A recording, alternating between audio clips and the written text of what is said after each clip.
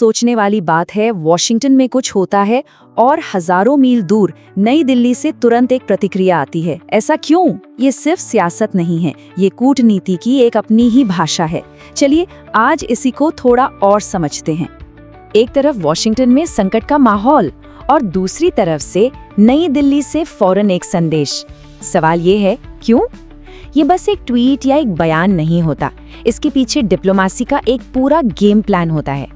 आइए देखते हैं कि ये काम कैसे करता है। तो पूरी कहानी शुरू होती है एक संदेश से, जो समंदर पार करके दुनिया के एक कोने से दूसरे कोने तक पहुंच जाता है। और जैसे ही खबर आई, कुछ ही देर में भारत के प्रधानमंत्री नरेंद्र मोदी का संदेश सामने आता है। और इसमें न दो चीजें बिल्कुल साफ थीं, एक तो सुकून यानी राहत और दूसरा हिंसा के खिलाफ एक सख्त संदेश। लेकिन सवाल ये है कि पीएम मोदी आखिर किस चीज पर प्रतिक्रिया दे रहे थे? इस संदेश को ठीक से समझने के लिए पहले उस घटना को जानना जरूरी है जिसकी वजह से ये संदेश भेजा गया। तो चलिए सीधे चलते हैं वॉशिंगटन। हम बात कर रहे हैं वॉशिंगटन डीसी के एक होटल में हुए उस सुरक्षा अलर्ट की, जिसने कुछ पलों के लिए पूरी दुनिया की सांसें थाम दी थी।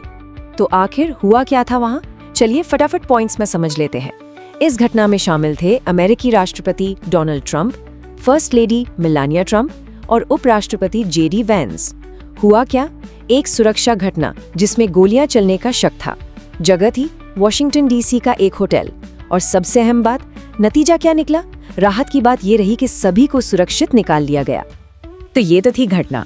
अब वापस आते हैं उस संदेश पर, क्योंकि देखिए किसी भी राजनयिक बयान की जो असली कहानी होती है ना, वो उसके शब्दों में, उसके स्ट्रक्चर में छिपी होती है। आइए इसको आराम से डिकोड करते हैं। इस पूरे संदेश का जो केंद्र था वो थी ये एक दमदार लाइन, लोकतंत्र में हिंसा का कोई स्थान नहीं है और इसकी स्पष्ट रूप से निंदा की जानी चाहिए। ये सिर्फ एक लाइन नहीं है, ये एक सिद्धांत है, एक बहुत मजबूत संदेश। अगर इस पूरे संदेश को आराम से देखें तो इसमें एक बहुत ही स्मार्ट 3 स्टेप फॉर्मूला दिखता है। पहला कदम राहत जाहिर करना, यानी ये बताना कि चलो सब आखिर में सुरक्षित हैं। फिर दूसरा कदम शुभकामनाएं देना, उनकी आगे की सुरक्षा के लिए कामना करना। और आखिर में तीसरा और सबसे जरूरी कदम हिंसा की निंदा करना। इससे एक बड़ा सिद्धांत तय किया जाता है कि लोकतंत्र में ऐसी चीजों की कोई जगह नहीं है। तो ठीक है, ये सब हुआ, लेकिन बड़ा सवाल ये है, आखिर ये सब किया क्यों जाता है? एक देश का नेता दूसरे देश के मामले पर इतना सोचा समझा बयान क्यों देगा? यहीं पर डिप्लोमेसी की एक बहुत ही दिलचस्प चीज सामने आती है, जिसे हम डिप्लोमेटिक हैंडशेक या राजनयिक हाथ मिलाना कह सकते हैं। इसके लिए एक खास टर्म भी है, इसे कहते हैं जेस्चर ऑफ सॉलिडेरिटी, यानी एकजुटता का संकेत। ये डिप्लोमेसी की डिक्शनरी का एक बहुत अहम शब्द है। इसका सीधा सा मतलब है मुश्किल वक्त में दुनिया के सामने ये दिखाना कि हम आपके साथ खड़े हैं। लेकिन ये सिर्फ कहने की बात नहीं होती, ऐसे संकेतों के पीछे कई मकसद होते हैं।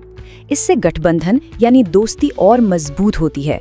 ये साझा मूल्यों को, जैसे इस मामले में लोकतंत्र को, उजागर करता है। पूरी दुनिया को एक स्थिरता और सहयोग का संदेश जाता है। असल में आजकल की अंतर्राष्ट्रीय राजनीति में ये एक मानक तरीका बन गया है। तो सारी बात का निचोड़ क्या है? यही कि विश्व मंच पर एक नेता के शब्द सिर्फ शब्द नहीं होते, वो एक एक्शन होते हैं, एक कदम होते हैं। सोचिए, एक पल में शब्द समंदर पार कर जाते हैं। इससे आधुनिक नेतृत्व के बारे में क्या पता चलता है? क्या एक नेता सिर्फ अपने देश के लिए बोलता है या उसकी आवाज पूरी दुनिया के लिए होती है?